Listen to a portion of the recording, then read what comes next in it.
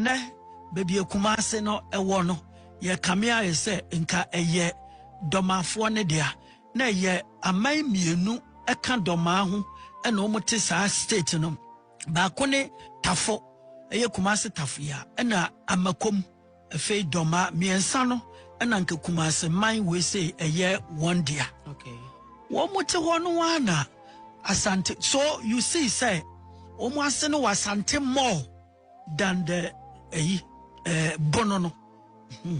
Omo te ho no ana Asantefo nso no omo nte Kumase ya mike omo obekwai area aye fra ho amanse no omo ba besre eyifo no domafo so omo pe baabi atena na domafo de won wasase edema Asantefo no omo fi amanse eba no omo ye kakra bi anche no omo fa asase ni nyina. Okay. Ena domafo no bufuye nti ede ntokwa ba wontem ema Asante hene a no toso miensa eye oti akantan ene wo mo kun ma opirae nti anche ena owuye. Okay. Ena omo de ohene foforo si so efe na obiri yeboa. Okay. Eno nso so oba betua ntokwa no so because domafo ne pe won wasase ena Asantefo na fa eho nyina no mo tene kwa ba bia nti the next war no omukum obiri yeboa. Okay. Omukum obiri yeboa na che se Asantefo no ehwe nipa foforo a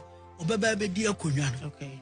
Nti na ese osei tutu a na osomo wo denkyira wakopie ewo akwamu. Yeah. Ono ene konfa no che ye na damfo se ne enim story no wo mu eba. Yeah.